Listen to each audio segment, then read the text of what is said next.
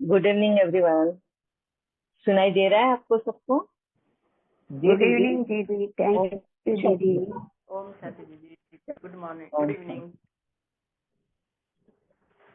अच्छा, अभी तक हमारा जूम सेशन में जो टॉपिक चल रहा था, कुदरत का कर्जा। हमारे ऊपर कितने टाइप के हम कर्जे बना लेते हैं, जो बाबा कहता है सबको सेटल कर कर फिर ही तुम उससे मुक्त हो सकते हो, और मुक्त होकर ही तुम परम धाम जा सकते हो। तो हमने कितने ही टाइप के कर्जों के बारे में डिस्कस किया। हाँ, और लास्ट में था हमारा कुदरत का कर्जा। ठीक है, तो उसमें भी हमने मोस्टली तो सब पॉइंट्स कवर कर लिए हैं। अब और भी कोई पॉइंट्स बाकी है, किसी को कुछ पूछना है उसके बारे में, डिटेल में कुछ डिस्कस करना है, हाँ तो बताइएगा।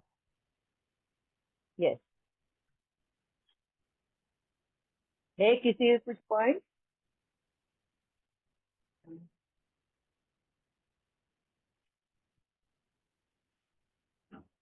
किसी को कोई डाउट नहीं, कोई क्लैरिटी नहीं चाहिए?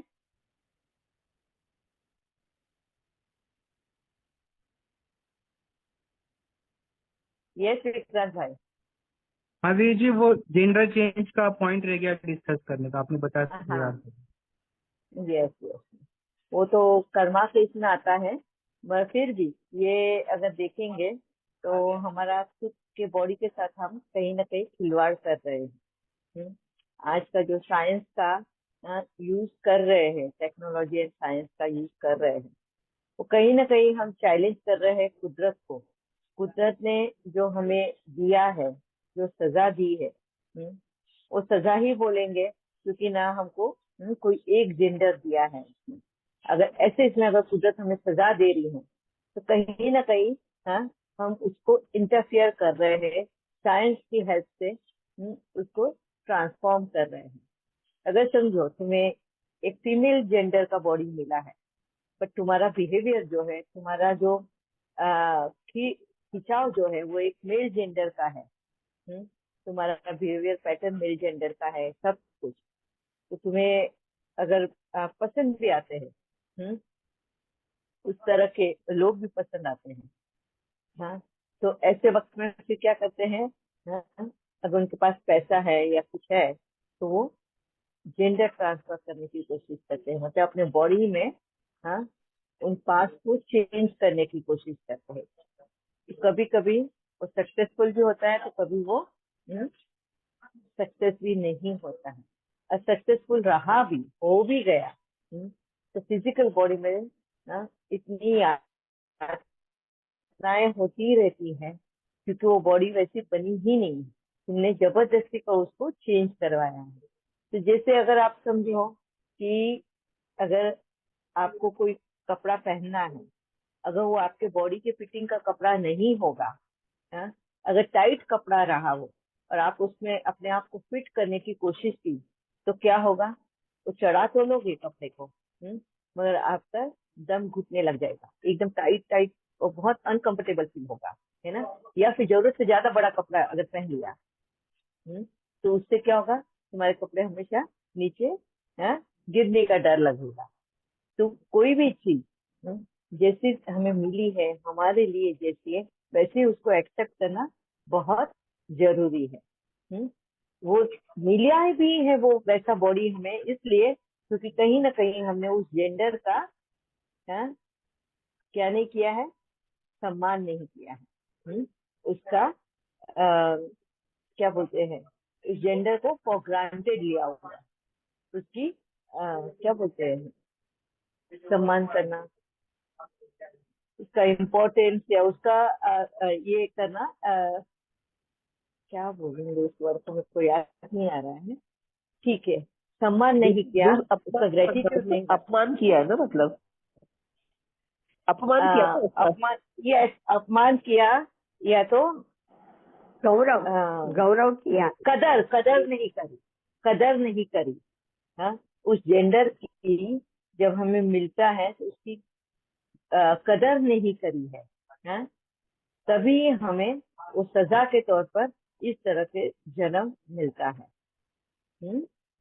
तो ये भी एक तरह से देखा जाए तो हम कुदरत जो हमें देती है हम उसको एक्सेप्ट नहीं करते, और एक्सेप्ट नहीं करने की वजह से हमें बहुत सारी दुर्घटना भोगनी पड़ती है। ठीक है, यस, क्लियर है विक्रांत भाई?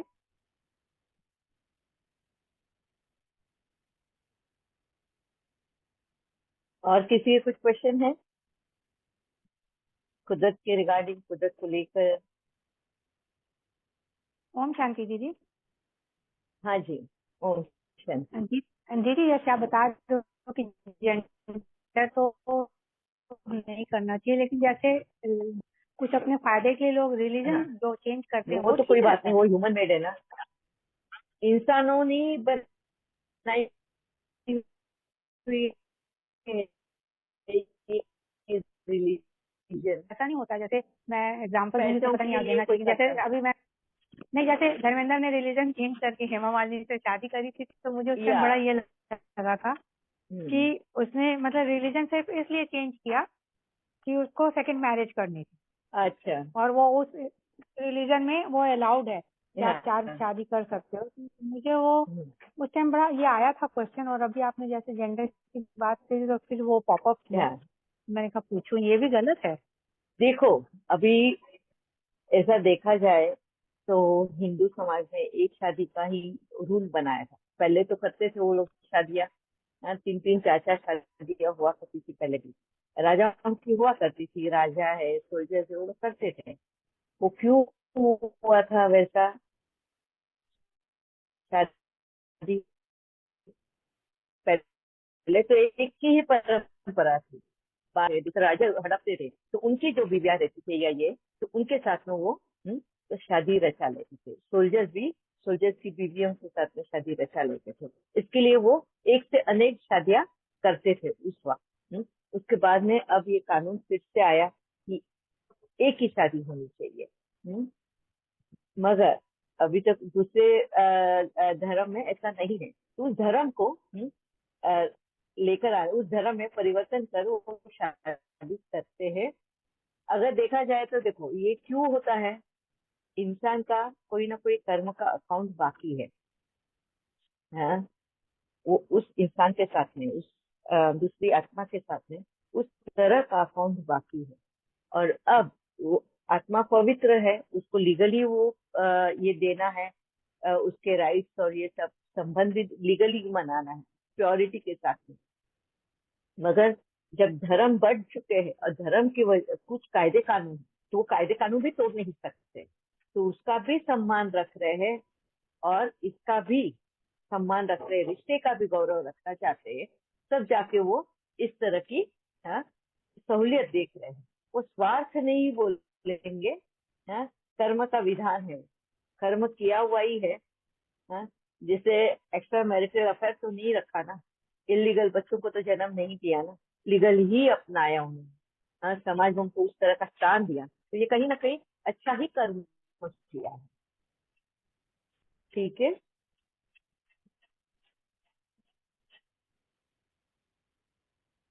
आप लोगों की क्या राय है?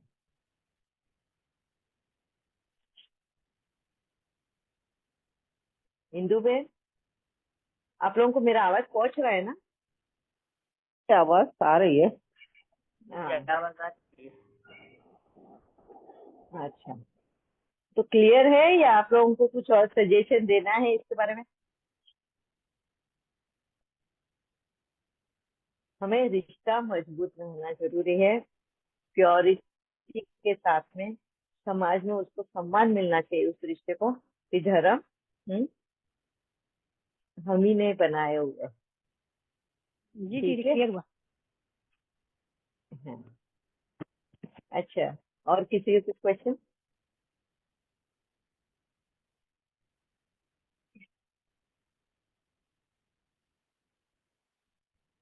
एक पॉइंट रह गया था, किसी ने लिया था, मुझे अभी एकदम जस्ट पापा ने स्ट्राइक है।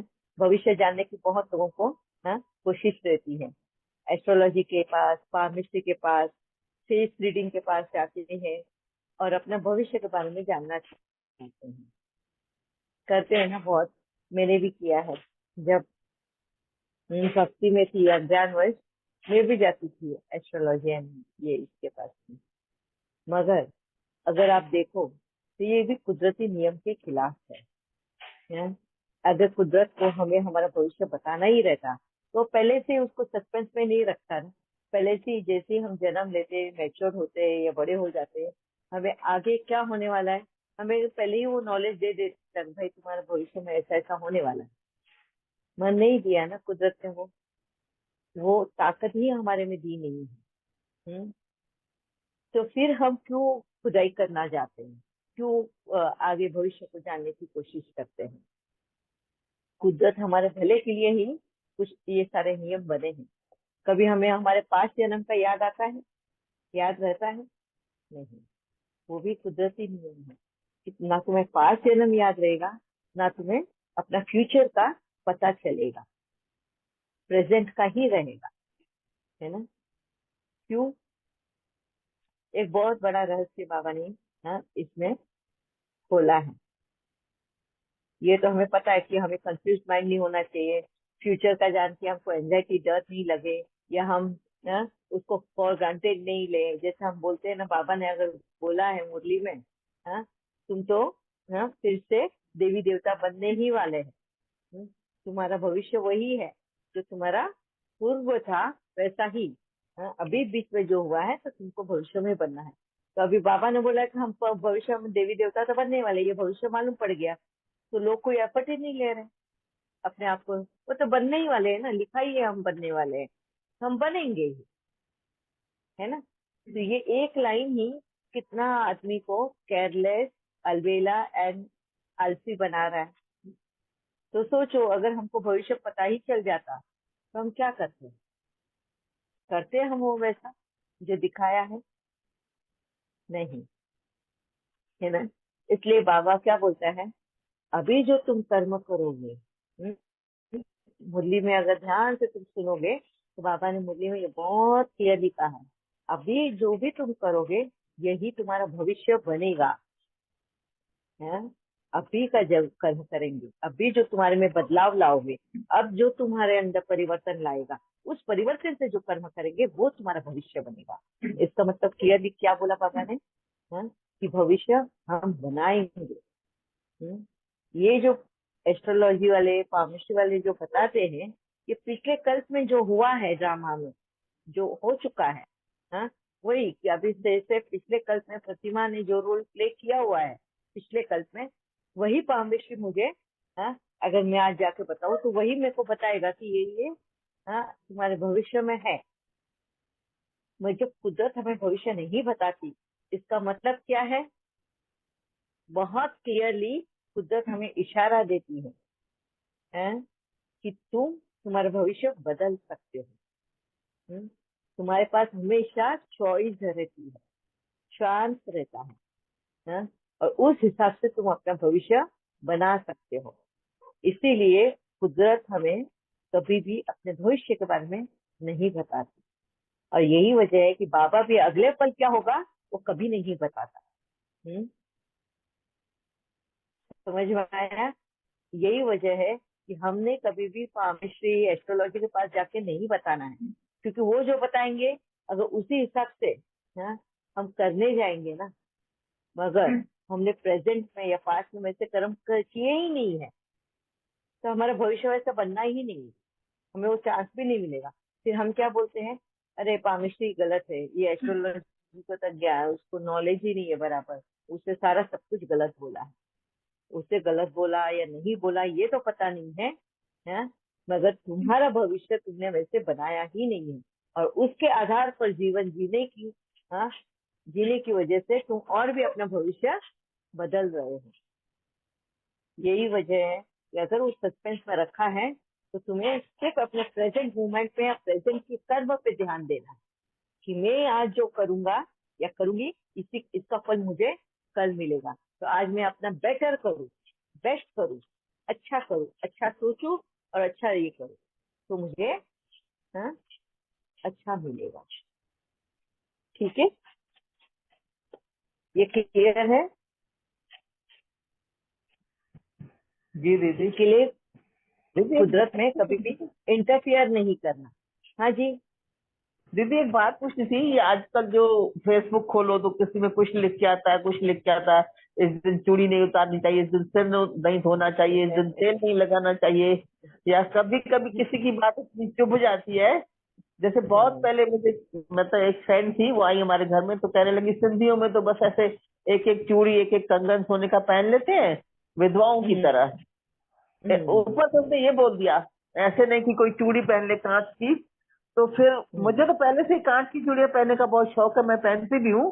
पर कभी मतलब गर्मी वगैरह में भी ना फिर मुझे एक एक चूड़ी भी कांच की जरूर पहन लेती हूँ, पता नहीं क्यों उसकी ऐसी बात अखर गई मेरे को। तो ऐसे किसी की बात अखर जाती है तो क्या सही क्या गलत? ये अंधविश्वास है। अच्छा। पहले के जमाने में तो चूड़ियां थी ही नहीं। एकदम पुराने जमाने में अगर देखो, तभी तो कोई हाँ गहने भी नहीं थे, चूड़ियां भी नहीं थी। तो मैं तभी शादी तो हुआ करती थी। आज तो मैं कुछ भी नहीं पहनती। मैंने तो सारे गहने ही त्याग दिए हैं। मेरे को तो पूछते भी है समाज में, तुम क्यों नहीं पहनती हो? वो सुहागन है, सुहाग का निशानी है, पहनना चाहिए, अच्छा है, ये है। मैं अपने सुहाग को साथ में ही लेके घूमती हूँ, तो जितना जाकर सुहाग ही मेरे साथ में है, तो ये मैं आर्टिफिशियल पहन के क्यों बताऊँ कि मैं सुहागन हूँ? हाँ? क्यों वो पाप का भागीदार बनूं? थैंक यू दीदी। ये अपना वाम होता है ना, तभी किसी की सारे बात वहम। हाँ। यस। ये आगे अगर हम अपने को लेने वाले हैं, जो भक्ति मार्ग, अंधविश्वास एंड ज्ञान मार्ग, ये किस तरह से हाँ हमें जीना है, हम कहाँ हमें पहुंचना है, वो अगले इसमें हम लेने वाले हैं उस टॉपिक पर। ठीक है। या अभी ये कुदरत के इसमें एस्ट्रोलॉजी, पामिस्ट्री, ये सब भविष्य जानने के लिए हाँ बाबा ने इतना अच्छा ज्ञान समझा दिया है कि तुम्हारा आज का कर्म ही तुम्हारा भविष्य बनाएगा। तो हमारा ध्यान हमेशा, क्योंकि पामिस्ट्री बता भी दे तुम्हें तुम्हारा भविष्य, और मैं आज वैसा कर्म ही नहीं करूँ है, तो मुझे वो फल नहीं मिल सकता। ठीक है। यस। और किसी के कुछ क्वेश्चन? दीदी आज मुरली में जैसे बाबा ने आज मुरली में जैसे आया था, वैसे समझते तो सब है कि शरीर और आत्मा अलग है, ये भी सब पूरा समझ रहे हैं और पक्का भी है। पर कभी कभी जैसे कोई एक्सपायर हो जाता है तो लगता है एक बार कहीं मिल जाए देख ले, है ना, जबकि पता है कि नहीं देख पाएंगे, है ना। तो इस भावना का क्या करें? लगता है ना कहीं मिल जाए एक बार तो देख ले, यस। पर वो देख नहीं पाते वो ना। हमारी इच्छा होती है, और कभी कभी इतनी तीव्र इच्छा भी हाँ हमें एक भ्रम में ले जाती है। हाँ, भ्रम में हमें वो दिखाई देना शुरू हो जाता है। जैसे मैंने भी अपनी ना इच्छा इच्छा शक्ति जो बोलते हैं, जो मैंने अपने पुराने अगर मेरे ऑडियो सुने होंगे, कि मेरी इच्छा शक्ति इतनी प्रबल थी कि मैं बोलती थी कि नहीं, मुझे बाबा मुझे है, ये मुझे समझ में आना चाहिए, बाबा आया है, बाबा मुझे हेल्प कर रहा है, ये मुझे दिखना चाहिए। तो एक बार का मैंने अपना अनुभव भी सुनाया था ज्ञान सरोवर का, कि ब्रह्म बाबा मुझे ऊपर इस पे लेकर गए थे योग के लिए। तो मेरी इच्छा शक्ति थी। मैं क्या वाकई में ब्रह्म बाबा ले गया? क्योंकि वो तो एक आत्मा के रूप में है, उसके पास तो शरीर ही नहीं है जो मुझे लेकर जा सके। ये अभी क्लियर हुआ। तो तब मेरा क्या था? वो मेरी इच्छा शक्ति थी, और मेरी इच्छा शक्ति नहीं, मतलब भ्रमित रूप था, और वो इच्छा शक्ति नहीं वो रूप ले लिया था, मेरी शक्ति मुझे लेके जा रही थी वहां पर। मैं वो उस रूप उसको मैंने ब्रह्मा का रूप में देखा। ठीक है। जी दीदी, आज मेरी देवरानी को पूरा 1 साल हो गया एक्सपायर हुए। यहाँ तो हाँ, मेरे देवर ने मतलब वो अनाथ आश्रम में काफी लोग होते हैं, 80-100 लेडीज वगैरह जो भी, सबको खाना वहाँ पर बनवाया, सबको कपड़े वगैरह सिलवा के दिए। वहाँ टेलर बैठे रहते हैं ना, तो काफी कुछ वो वैसे करता रहता है। अब आज तो फिर उनकी बीवी का दिन था तो वो तो ज्यादा ही करेगा। हाँ, कोई बात। तो बहुत अच्छा लगा। हाँ, कोई भी होता है, जैसे हमारे फादर लाओ हमारे मदर ये लाओ, किसी का भी देना था हाँ अभी तो देखो वो यहाँ पे भी अगर वो पर इच्छा करते कि वो कहीं दिख जाए वो वैसे वो उस शरीर में तो दिखेगी नहीं। अभी अगर होगी भी जन्म ले भी लिया हुआ तो वो 3 माह की बच्ची होगी। वो बच्ची आई भी होगी तुम्हारे हाँ सामने दिख भी रहा होगा तुम्हारी इच्छा शक्ति उसको बुला के भी लेकर आए। वो 3 माह की बच्ची वो माँ के साथ तो कहीं तुम्हारे आसपास भी होगी और तुम थोड़ी पहचानोगे कि ये वही है करके। है ना। हाँ, हमें तो वही रूप चाहिए। हाँ ठीक है। यस विक्रांत भाई। हाँ दीदी जी, जो अपने बीके में जो लक्ष्मी नारायण का फोटो दिखाया है, हम्म महाराजा महारानी है, रतन जड़ित ताज है, हीरे जवाहरात है। तो हम्म अब अभी हमने तो डिस्कस किया कि सत्युग तो मतलब वो आंतरिक सुख से रिलेटेड जाए, है ना। फिर वो हम्म उनको वैसे वो डायमंड वगैरह वो तो माइनिंग करके निकालना पड़ेगा, फिर सत्युग में उसको प्रोसेस हम्म करना पड़ेगा। फिर रियली वैसे वहाँ होगा या वो पिक्चर कुछ और, मतलब हमको सोचने को लगाता है कि ये रिलेटेड नहीं है बाहर से, ये इंटरनली कुछ। यस एक्चुअली उस जमाने में जब ये लक्ष्मी नारायण का फोटो बनाया था ना तो बाबा को शिव बाबा को उनको बताना थी कि कितने प्योर आत्मा थी आत्मा का स्वरूप था। तो उस वक्त में लक्ष्मी नारायण सर पूजा नए जोड़े की या साल में एक बार सत्यनारायण की पूजा की जाती है। तो लक्ष्मी नारायण का ही वो हाँ, पूजा होता है। तो उस वक्त भी ये जो रूप है एक हस्बैंड एंड वाइफ का रिलेशन है। तो उसको लक्ष्मी को हमेशा सब गहनों से इसके उससे सजा हुआ दिखाया है।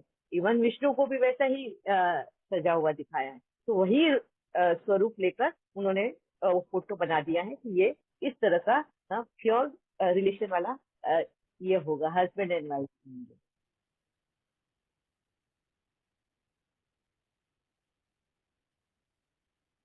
ठीक है।